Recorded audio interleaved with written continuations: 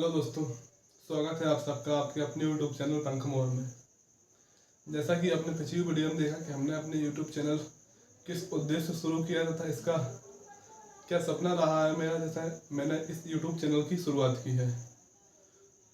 तो आज हम दूसरी वीडियो अपने उसी यूट्यूब चैनल पर हिस्ट्री का सिलेबस लेके आए हैं कि आपको हिस्ट्री के संपूर्ण सिलेबस के बारे में रियलाइज़ करा सकें कि हमें हिस्ट्री में आखिर पढ़ना क्या है। तो मेरा सिर्फ और सिर्फ यही उद्देश्य है कि मैं अपनी वीडियो के माध्यम से आपको ज़्यादा से ज़्यादा नॉलेज देने की कोशिश करूँगा। आप फालतू की बातों को नहीं करेंगे। तो मैं आपको पहले ही बता दूं कि नया यूट्यूब चैनल है, हो सकता है मेरे पढ़ने में, मेरे लिखने में और मेरे बोलने में, खासकर मेरी स्थानीयता का भाव मेरी भाषा में आपको दिख सकता है। आपसे ज़्यादा से ज़्यादा यही कहूँगा, इसमें जो कुछ भी गलतियाँ आपको लगें आप कमेंट्स बॉक्स में ज़रूर लिखिएगा कि सर आपने ये गलती की है, ये लिखने में गलती है, ताकि मैं उन गलतियों को सुधार कर सकूँ। अब जब तक बताएंगे नहीं तब तक मैं उनमें सुधार नहीं कर पाऊँगा। तो चलिए दोस्तों, देखते हैं कि हिस्ट्री के सिलेबस में आकर हमें पढ़ना क्या है। तो सबसे पहले हम हिस्ट्री को अपनी सुविधा के लिए 3 भागों में, वैसे कोई ये नहीं है कि हम हिस्ट्री को 3 भागों में ही बांटते हैं, लेकिन हमें याद करना है, इसलिए हम हिस्ट्री को 3 भागों में, प्राचीन भारत, मध्यकालीन भारत तथा आधुनिक भारत में हम बांट के पढ़ेंगे। तो सबसे पहले हम देखते हैं कि हिस्ट्री के प्राचीन भारत में हमें आखिर पढ़ना क्या है। तो हिस्ट्री का इतिहास के विभाजन को देखते हैं हम। इतिहास के विभाजन किस तरीके से किया गया है। इतिहास को लिपि के आधार पर 3 भागों में बांटा गया है और इतिहास को उपकरणों के आधार पर एक महोदय है जिनका नाम है जर्गेसन थॉमसन ने 3 भागों में बांटा है। लिपि के आधार पर जो इतिहास को 3 भागों में बांटा गया है उसे हम प्राग ऐतिहासिक काल, आद ऐतिहासिक काल और ऐतिहासिक काल कहते हैं। पीसीएस में तथा अदर स्टेट्स एग्जाम में कई बार पूछा गया है कि प्राग ऐतिहासिक काल क्या होता है, आद ऐतिहासिक काल क्या होता है और ऐतिहासिक काल क्या होता है। चलिए थोड़ा सा समझ लेते हैं। प्राग ऐतिहासिक काल ऐसा काल है जो 25 लाख बीसी से लेके, बीसी और एसी क्या होता है, बीसी और एडी क्या होता है मैं बता दूं आपको।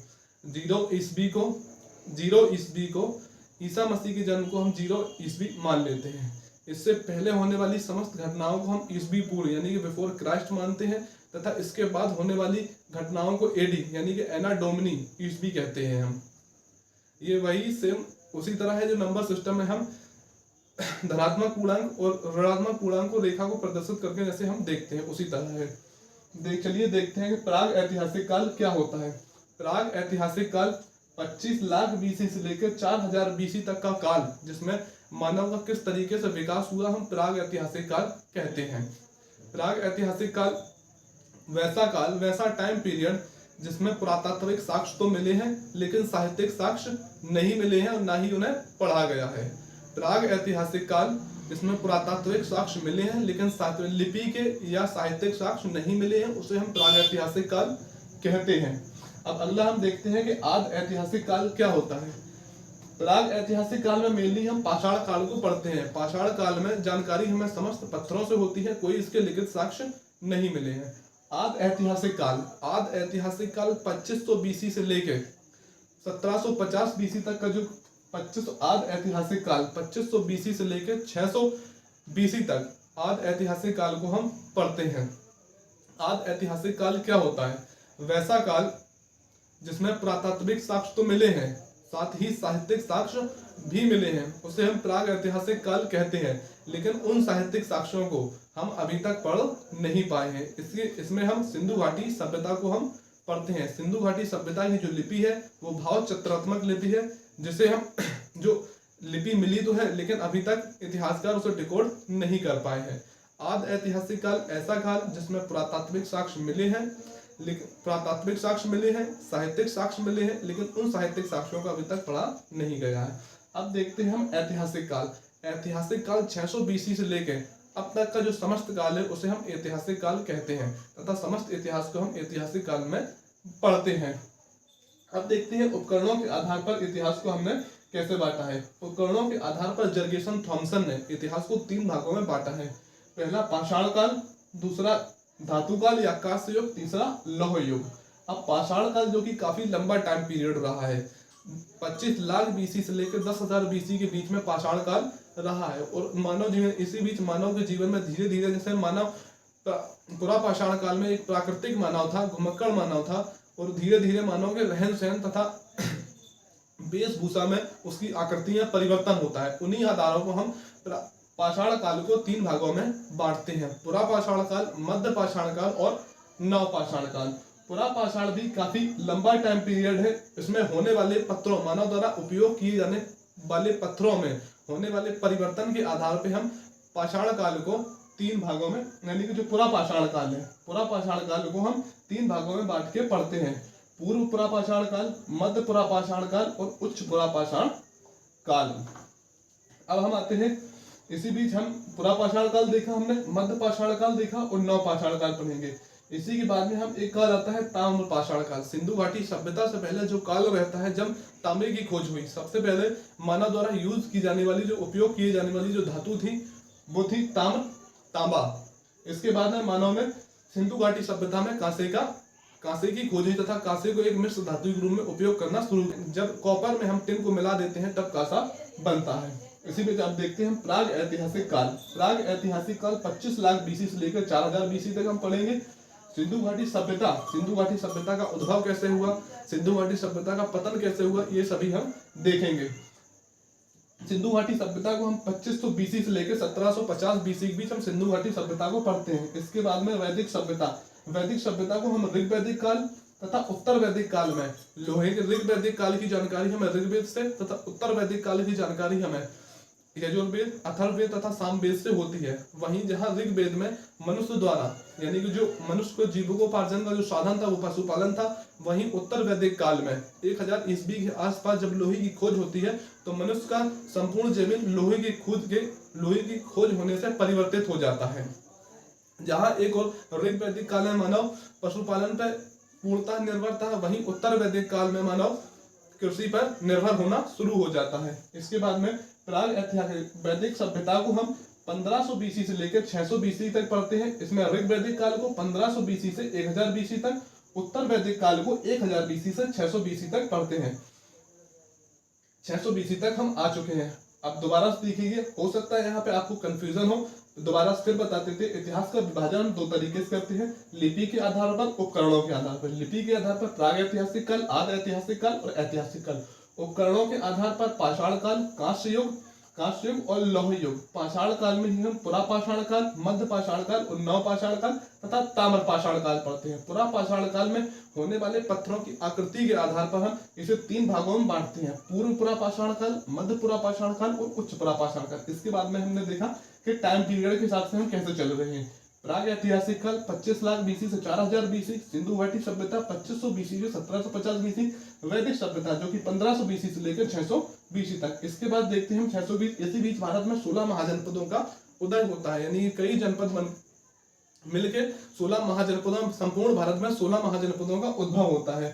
तथा इसी बीच भारत में होने वाली, यानी कि धर्म में कुछ कुरीतियां व्याप्त हो गई थी, उन्हीं को लेकर 2 धर्म उभर के आते हैं, बौद्ध धर्म और जैन धर्म। और भी धर्म, वैष्णव धर्म, शैव धर्म और शाक्त धर्म, इनके बारे में हम जब पढ़ेंगे तब देखेंगे। 16 महाजनपदों में शक्तिशाली महाजनपद भौगोलिक और आर्थिक दृष्टि से जो उभर के आता है वो आता है मगध साम्राज्य। मगध साम्राज्य पर क्रमशः 3 वंश शासन करते हैं, हर्यक वंश, शिशुनाग वंश और नंद वंश। हर्यक वंश जो कि 544 बीसी से लेकर 412 बीसी तक पढ़ना है हमें। इसके बाद शिशुनाग वंश, इसके बाद शिशुनाग वंश 412 बीसी से लेकर 344 बीसी तक शिशुनाग वंश। इसके बाद नंद वंश 344 बीसी से 324 बीसी तक हम देखते हैं नंद वंश। नंद वंश के संस्थापक महापदानंद तथा इसका अंतिम शासक घनानंद, जिसके दरबार में चाणक्य जैसे महान विद्वान रहते हैं तथा उनकी घनानंद द्वारा कुछ अवहेलना किए जाने के कारण घनानंद के दरबार से चाणक्य चले जाते हैं तथा अपनी बेइज्जती का बदला लेने के लिए एक साधारण से बालक चंद्रगुप्त मौर्य को एक महान सम्राट के रूप में तैयार करते हैं। तो वही चंद्रगुप्त मौर्य घनानंद को हराकर भारत में मौर्य साम्राज्य की सत्ता रखता है, जो कि 323 बीसी से लेकर 124 बीसी तक मौर्य साम्राज्य रहता है। मौर्य साम्राज्य के पहले घनानंद के शासन काल में ईरानी तथा यूनानिया यानी कि सिकंदर का आक्रमण होता है 326 बीसी में। इसके बाद में आता है मौर्य काल। मौर्य काल हम मेनली मौर्य काल हम देख चुके हैं। मौर्योत्तर काल, मौर्य काल 323 बीसी से लेकर 124 बीसी तक मौर्य काल तथा मौर्योत्तर काल। मौर्य काल के पतन के बाद भारत में देशीय राजवंश तथा विदेशी राजवंश, क्योंकि भारत में सिकंदर का आक्रमण हो चुका था, देशीय राजवंश तथा विदेशी राजवंश का उद्भव होता है। देशी राजवंश हम देखेंगे शुंग वंश, काड़ वंश, सातवाहन वंश तथा चेदी वंश। इसके बाद में यानी कि शुंग वंश के संस्थापक पुष्यमित्र शुंग तथा काड़ वंश के संस्थापक वासुदेव काण्व तथा सातवाहन के संस्थापक सिमुक, और चेदी वंश के बाद में कुछ विदेशी राजवंश है, उनको भी हम देखेंगे इसी बीच, जैसे कि हिंद यवन जिसका शासक मिनांडर था। इसके बाद में शक वंश देखेंगे हम, रुद्रदामन शासक था। इसके बाद पहला या पल्लव वंश, इसका महत्वपूर्ण शासक गोंदो फर्नेस था। और कुषाण वंश में देखेंगे हम कि कनिष्क के बारे में पढ़ेंगे।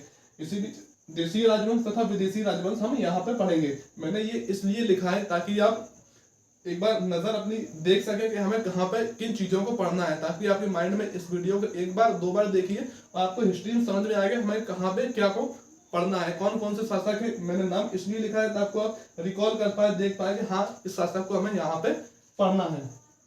इसके बाद भारत में एक केंद्रीय शक्ति के रूप में, जैसे भारत में स्वर्ण युग की संज्ञा दी जाती है, गुप्त काल का उद्भव होता है। गुप्त काल 319 एडी से लेके 500 एडी तक। यही देखते हैं कि हम मौर्योत्तर काल में ही 125 बीसी से 318 एडी में प्रवेश कर जाते हैं। मौर्योत्तर काल में मौर्योत्तर सातवाहन वंश में काफी लंबा शासनकाल रहा है। 300 बीसी, जहां हम बीसी में थे वहीं हम 250 एडी में, बीसी से एडी में सातवाहन वंश में हम पहुंच जाते हैं। इसके बाद में गुप्त काल आता है। गुप्त काल हम 319 एडी से लेकर 500 एडी के बीच में हम गुप्त काल के बारे में पढ़ते हैं।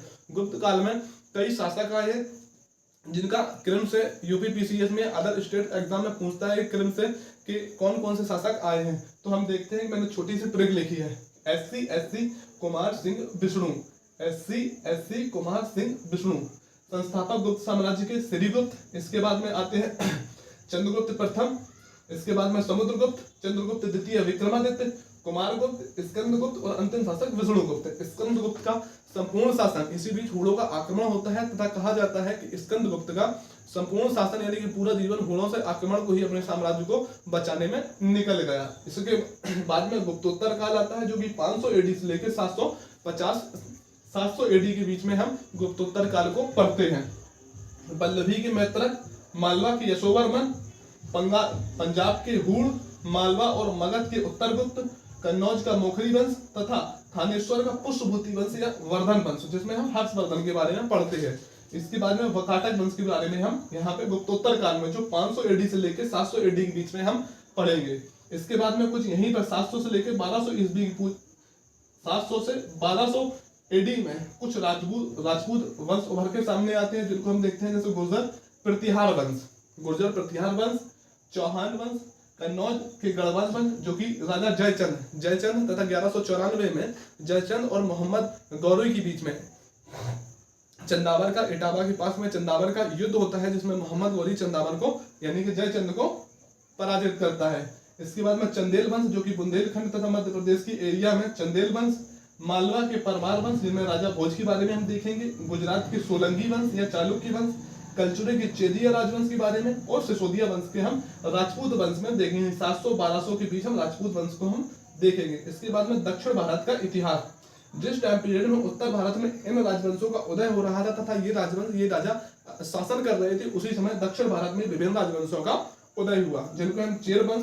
चोल वंश को हम दो भागों में पढ़ेंगे। चोल वंश एक ईस्वी पूर्व के आसपास चोल वंश का उद्भव होता था, 9वीं शताब्दी में ही चोल वंश का उद्भव होता है। चोल वंश को हम दो भागों में हम पढ़ेंगे। इसके बाद में पांड्य वंश पढ़ेंगे, पल्लव वंश, राजपूत वंश, चालुक्य वंश की भी दक्षिण भारत में कई शाखाएं थीं।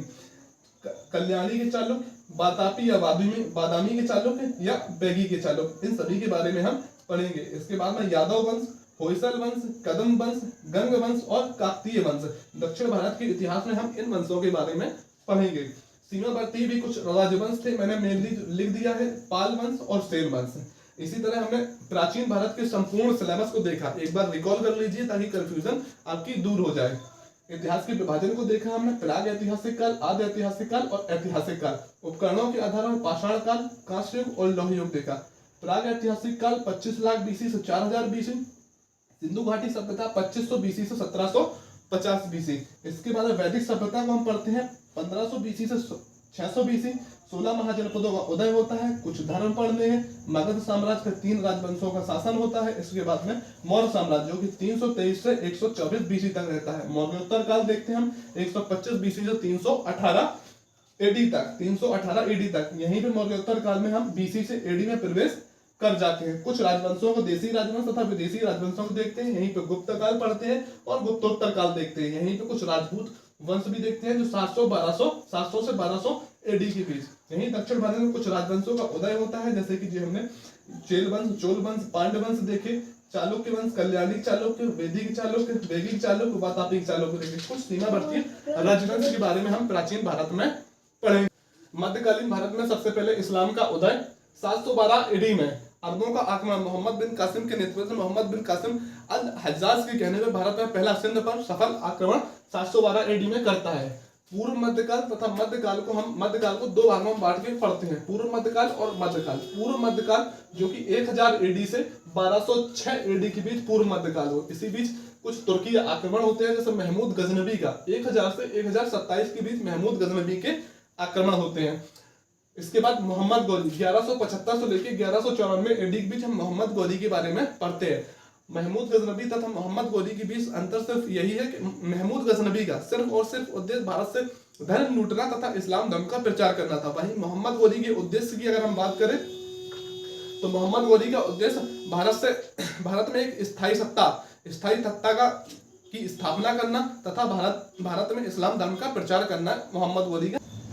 दिल्ली सल्तनत 1206 से लेकर 1526 तक हम दिल्ली सल्तनत के बारे में पढ़ते हैं, जिनमें गुलाम वंश, खिलजी वंश, तुगलक वंश, सैयद वंश और लोदी वंश, इनमें विभिन्न राजा आते हैं तथा उनके बारे में हम देखते हैं। गुलाम वंश 1206 से लेकर 1290, खिलजी वंश 1290 से 1320, तुगलक वंश 1320 से लेकर 1414 तथा सैयद वंश 1414 से लेकर 1451 और लोदी वंश ये सब तुर्क राजवंश थे। लोदी वंश एक अफगान राजवंश था जो कि 1451 से लेकर 1526 तक। और 1526 में लोदी वंश का अंतिम शासक यानी कि इब्राहिम लोदी तथा बाबर के बीच 1526 में पानीपत की प्रथम लड़ाई होती है, जिसमें मुगल साम्राज्य का उद्भव होता है। यहीं पे हम इनके शासक देखते हैं। गुलाम वंश के शासक कुतुबुद्दीन ऐबक, इल्तुतमिश, रजिया सुल्तान और बलबन के बारे में हम पढ़ेंगे। इसके बाद खिलजी राजवंश में जलालुद्दीन खिलजी, अलाउद्दीन खिलजी के बारे में पढ़ेंगे। तुगलक वंश में गयासुद्दीन तुगलक, मोहम्मद बिन तुगलक, फिरोज तुगलक और नसीरुद्दीन महमूद तुगलक के बारे में पढ़ेंगे। इसके बाद में सैयद वंश में खिजुर खां, मुबारक शाह, मोहम्मद शाह, अलाउद्दीन अहमद शाह के बारे में हम पढ़ेंगे। लोदी वंश में बहलोल लोदी, सिकंदर लोदी और इब्राहिम लोदी के बारे में हम देखेंगे। इसी बीच दक्षिण भारत में 2 राजवंशों के यानी मोहम्मद बिन तुगलक के शासनकाल में दक्षिण भारत में 2 राजवंशों का उदय होता है। विजयनगर जो कि 1336 से लेकर 1650 तक, बहमनी साम्राज्य जो कि 1347 से लेकर 1358 तक, यानी कि विजयनगर साम्राज्य की स्थापना 2 भाइयों हरिहर और तथा बुक्का के द्वारा की जाती है और बहमनी साम्राज्य की स्थापना हसन गंगू के द्वारा की जाती है। विजयनगर साम्राज्य पर 1336 से लेकर 1650 तक 4 राजवंशों ने क्रमशः शासन किया, जिनको क्रमशः हम याद रखेंगे। संगम वंश, सालू वंश, तुलुक वंश, अराबिडू वंश। संगम वंश, सालू वंश, तुलुक वंश और अराबिडू वंश, इन 4 राजवंश के बारे में हम कृष्णदेव प्रथम के बारे में हम पढ़ेंगे। इसी बीच उत्तर भारत में कुछ स्वतंत्र राजवंशों का क्षेत्रीय स्तर पर उदय होता है, जैसे कि जौनपुर में सरकी राजवंश, भारत का सिराज कहा जाता है जैसे, और मलिक सरवर ख्वाजा जहां द्वारा जौनपुर की स्थापना की जाती है। कश्मीर राजवंश में हम देखेंगे और मेवाड़ में सिसोदिया राजवंश जो कि हमीर देव, महाराणा प्रताप और राणा कुंभा, राणा सांगा के बारे में पढ़ेंगे। करकोट वंश जिनमें हम ललितादित्य, उत्पल वंश, अवंतीय वर्मन, लोहार वंश, हर्ष के बारे में, और बंगाल में बंगाल के राजवंश जैसे बुगरा खां के बारे में, और मालवा में महमूद खिलजी प्रथम के बारे में हम पढ़ेंगे। मैंने मेनली कुछ शासक लिखे हैं जिनसे आप देख सके, एक अंदाजा लगा सके कि हाँ कौन से शासक को आपने नाम सुना हो कभी, कौन से शासक को हमें कहाँ पे किस तरीके से पढ़ना है। मैंने छोटे छोटे नामों में आपको ज्यादा बताने की कोशिश नहीं की है कि आप डाइवर्ट हो। मैंने सिर्फ इतिहास के सिलेबस को बताया है कि आप पूरे सिलेबस को एक नजर में देख सके जल्दी से जल्दी। इसी बीच दक्षिण भारत में कुछ स्वतंत्र राजवंश आते हैं, जैसे कि बरार, बीजापुर, अहमदनगर, गोलकुंडा, बीदर और खानदेश। दक्षिण भारत के स्वतंत्र राजवंशों को हम यहाँ पे पढ़ेंगे। इसी बीच सामाजिक धार्मिक कुछ आंदोलन होते हैं, जैसे दक्षिण भारत में हमने जैन धर्म और बौद्ध धर्म के बारे में देखा। यहीं पर जैसे जैसे समाज में कुरीतियां तथा बुराइयां समाहित होती जाती हैं, वैसे वैसे क्रमशः विभिन्न राजवंशों का उदय तथा कुरीतियों को दूर करने के लिए सामाजिक धार्मिक आंदोलन चलाए जाते हैं। सामाजिक धार्मिक आंदोलन में हम सूफी आंदोलन तथा भक्तिय आंदोलन के बारे में हम देखेंगे। इसके बाद में मुगल साम्राज्य का लोधी वंश के अंतिम शासक 1526 में इब्राहिम लोधी को पानीपत के प्रथम युद्ध में बाबर द्वारा परास्त किए जाने के बाद बाबर 1526 में भारत में मुगल साम्राज्य की स्थापना करता है। मुगल साम्राज्य जो कि 1526 से लेकर 1857 के विद्रोह तक मुगल साम्राज्य रहता है। इसको मुगल साम्राज्य को हम पूर्व मुगल काल या फिर मुगल काल या उत्तर मुगल काल में हम बांट के पढ़ते हैं। पूर्व मुगल काल जो कि बाबर से लेके औरंगजेब, यानी कि औरंगजेब की जब 1707 में मृत्यु होती है, मुगल काल को पढ़ते हैं। उत्तर मुगल काल 1707 में बहादुर शाह प्रथम जब शासक बनता है 1857 बहादुर शाह द्वितीय तक। 1857 के विद्रोह में बहादुर शाह को रंगून भेज दिया जाता है तथा वहीं बहादुर शाह की 1862 में मृत्यु हो जाती है। हम यहाँ पे देखेंगे बाबर, हुमायूं, शेरशाह सूरी, अकबर, जहांगीर, शाहजहां और औरंगजेब। इनके शासन को काल को मैंने लिखा है, आप चाहें तो लिख सकते हैं ताकि आप डेट्स को रियलाइज कर सके, देख सके कि किस टाइम पीरियड पर कौन कौन से शासक रहे हैं। यहाँ उत्तर भारत में बहादुर शाह प्रथम, जहांदार शाह, फर्रुखशियर, मोहम्मद शाह, अहमद शाह, आलमगीर प्रथम, आलमगीर द्वितीय, शाह आलम द्वितीय, बहादुर शाह द्वितीय और अकबर द्वितीय के बारे में हम देखेंगे। इसके बाद में मुगल साम्राज्य जब 1857 के विद्रोह में समाप्त हो जाता है, तब कुछ इसी बीच स्वतंत्र राजवंशों का उदय होता है। मुगल साम्राज्य में ही कुछ स्वतंत्र राजवंश चल रहे थे। स्वतंत्र राजवंशों को हम यह 3 भागों में देखते हैं। मुगल साम्राज्य से अपने को पृथक कर बने राजवंश, यानी कि मुगल साम्राज्य से अपने को खुद को जिन राजवंशों ने पृथक कर लिया, अलग कर लिया, वो राजवंशों के बारे में देखेंगे हम। और विद्रोह कर, यानी कि मुगल साम्राज्य से विद्रोह कर जो स्वतंत्र हुए हैं वो राजवंश और स्वतंत्र राजवंश। स्वतंत्र राजवंश वैसे राजवंश जो मुगल साम्राज्य की उन पर सत्ता यानी पकड़ ढीली होने के कारण उन्होंने अपने आप को स्वतंत्र कर लिया। जो कि पृथक कर अपने आप को स्वतंत्र राजवंश बने, वो जैसे बंगाल में हम मुर्शीद कुली खां के बारे में देखेंगे, हैदराबाद में चिनकिलिच खां और अवध में सआदत खां के बारे में देखेंगे। यहाँ पे जो विद्रोह कर स्वतंत्र हुए हैं मराठा में जो शिवाजी और मराठा पूरे राजवंश को हम देखेंगे।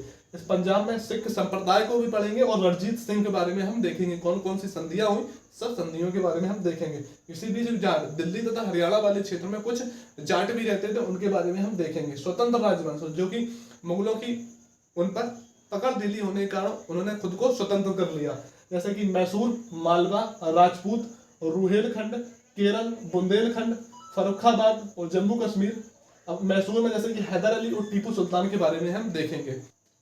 इसके बाद भारत में यूरोपीय कंपनियों का आगमन होता है।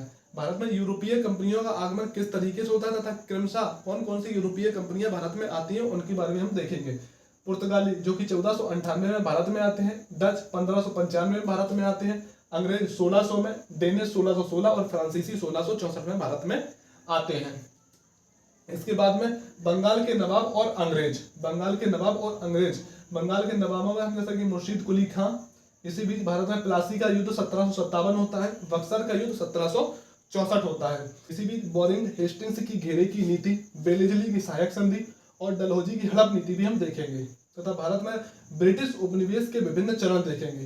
यानी कि भारत में जब अंग्रेजों द्वारा शासन किया जा रहा था तो कौन कौन से चरणों में हमें पढ़ना है ताकि समस्त क्वेश्चनों को हम बना सकें। जैसे कि हम वाणिज्यिक चरण जो कि 1757 से 1813, उद्योग मुक्त व्यापार का चरण 1813 से 1858 और पूंजीवाद का चरण जो कि 1860 से लेकर 1947 तक पूंजीवाद का चरण रहा है। यहीं पे भू राजस्व व्यवस्था, रैयतवाड़ी व्यवस्था, महालवाड़ी व्यवस्था तथा जमींदारी व्यवस्था के बारे में हम पढ़ेंगे। किस टाइम पे कौन सी व्यवस्था आई तथा किस वायसराय के द्वारा उसको लाया गया वो भी हम देखेंगे। यहीं पे 1857 से के पहले अंग्रेजों के प्रति भारतीय जनता के मन में जो द्वेष उत्पन्न हो रहा था उसमें कुछ विद्रोह हुए, जन विद्रोह हुए। कुछ विद्रोह को हम 3 भागों में बांट के पढ़ेंगे। कई विद्रोह हैं जिनमें कंफ्यूजन बनता है, हम विद्रोह को 3 भागों में बांट के पढ़ेंगे ताकि हम याद कर सके। जन विद्रोह, किसान विद्रोह, कुछ किसान सभाएं हुई हैं उनको भी हम देखेंगे किसान विद्रोह में, और जनजाति विद्रोह। इसके बाद में 1857 का विद्रोह होता है। 1857 के विद्रोह का क्या कारण रहे, 1857 का विद्रोह क्यों हुआ और 1857 के विद्रोह में अंग्रेजों की विजय क्यों हुई, हिंदू मुस्लिम एकता के बाद भी अंग्रेजों की विजय क्यों हुई, तथा विभिन्न मत जो दिए गए हैं उनको भी हम देखेंगे। तथा 19वीं शताब्दी के सामाजिक धार्मिक सुधार आंदोलन, चाहे वो प्राचीन भारत हो, चाहे मध्यकालीन भारत हो, चाहे आधुनिक भारत हो, समाज में जैसे जैसे बुराइयों तथा कुरीतियों का उद्भव होता है वैसे समय समय पर लोगों के द्वारा सामाजिक धार्मिक सुधार आंदोलन लाए गए हैं। इस बीच जैसे कि ब्रह्म समाज 1828 में राजा राम मोहन द्वारा मुंबई में ब्रह्म समाज की स्थापना की जाती है। महादेव गोविंद रानडे के द्वारा प्रार्थना समाज की स्थापना की जाती है। सत्यशोधक समाज की स्थापना ज्योतिबा फुले के द्वारा, तथा आर्य समाज और वेद समाज और भी समाज है जिनको हम देखेंगे। यहीं पर राष्ट्रवाद का उद्भव होता है।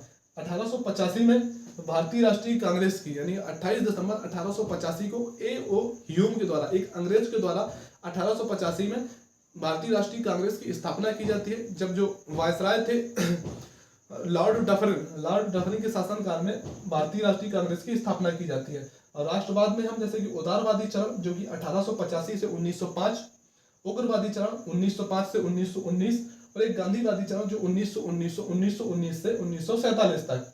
उदारवादी चरण में उदारवादी लोग वे लोग थे जो भारतीय लोग जो मानते थे कि अंग्रेजों के द्वारा हमें धीरे धीरे स्वतंत्रता दी जाएगी, जैसे कि W.C. बनर्जी, गोपाल कृष्ण गोखले, दादाभाई नौरोजी और सुरेंद्रनाथ बनर्जी। इसके बाद में उग्रवादी चरण आता है जो कि 1905 से 1919 तक उग्रवादी चरण रहता है। इसमें 1905 में बंगाल विभाजन होता है, 1907 में सूरत अधिवेशन होता है जिसमें मुस्लिम लीग तथा नरम गरम दलों का कांग्रेस के विभाजन हो जाता है, स्वदेशी आंदोलन होते हैं और लखनऊ समझौता 1916 में होता है जैसे मुस्लिम लीग तथा नरम गरम दल का फिर से विलय होता है। इसके बाद में गांधी चरण 9 जनवरी 1915 को दक्षिण अफ्रीका गांधी जी वापस आते हैं तथा भारत की स्वतंत्रता में अपना योगदान देना शुरू करते हैं, जिसे हम 1919 से 1947 के बीच देखते हैं। चंपारण सत्याग्रह है, असहयोग है, चाहे बारदौली सत्याग्रह हो, खेड़ा आंदोलन हो, असहयोग आंदोलन हो, भारत छोड़ो आंदोलन हो, अगस्त क्रांति हो, अगस्त प्रस्ताव हो, सभी में गांधी जी का महत्वपूर्ण योगदान रहा है। स्वतंत्रता एवं विभाजन, इटली का घोषणा पत्र, माउंटबेटन योजना, स्वतंत्रता भारतीय स्वतंत्रता अधिनियम के बारे में हम देखेंगे। इसके बाद में अंग्रेजों का शासनकाल के बीच भारत का संवैधानिक, प्रशासनिक तथा न्यायिक विकास किस तरह हुआ और भारत में किस टाइम पे कौन कौन से गवर्नर जनरल, वायसराय का शासन था तथा उनसे बनने वाले विभिन्न क्वेश्चनों को जो कंफ्यूजन क्रिएट करते हैं उनको हम आसानी से पढ़ेंगे और याद करेंगे। इसके बाद में भारत में प्रेस का विकास, अंग्रेजी शासनकाल में प्रेस का विकास कैसे हुआ, शिक्षा का विकास कैसे हुआ तथा संविधान का निर्माण किस तरीके से हुआ। और इस हमने 30 मिनट की वीडियो में आपको बताने की कोशिश की है कि हिस्ट्री के सिलेबस को आखिर हमें कहाँ पे कौन सी चीजों को पढ़ना है, ताकि आपको हिस्ट्री में बनने वाला कंफ्यूजन दूर हो।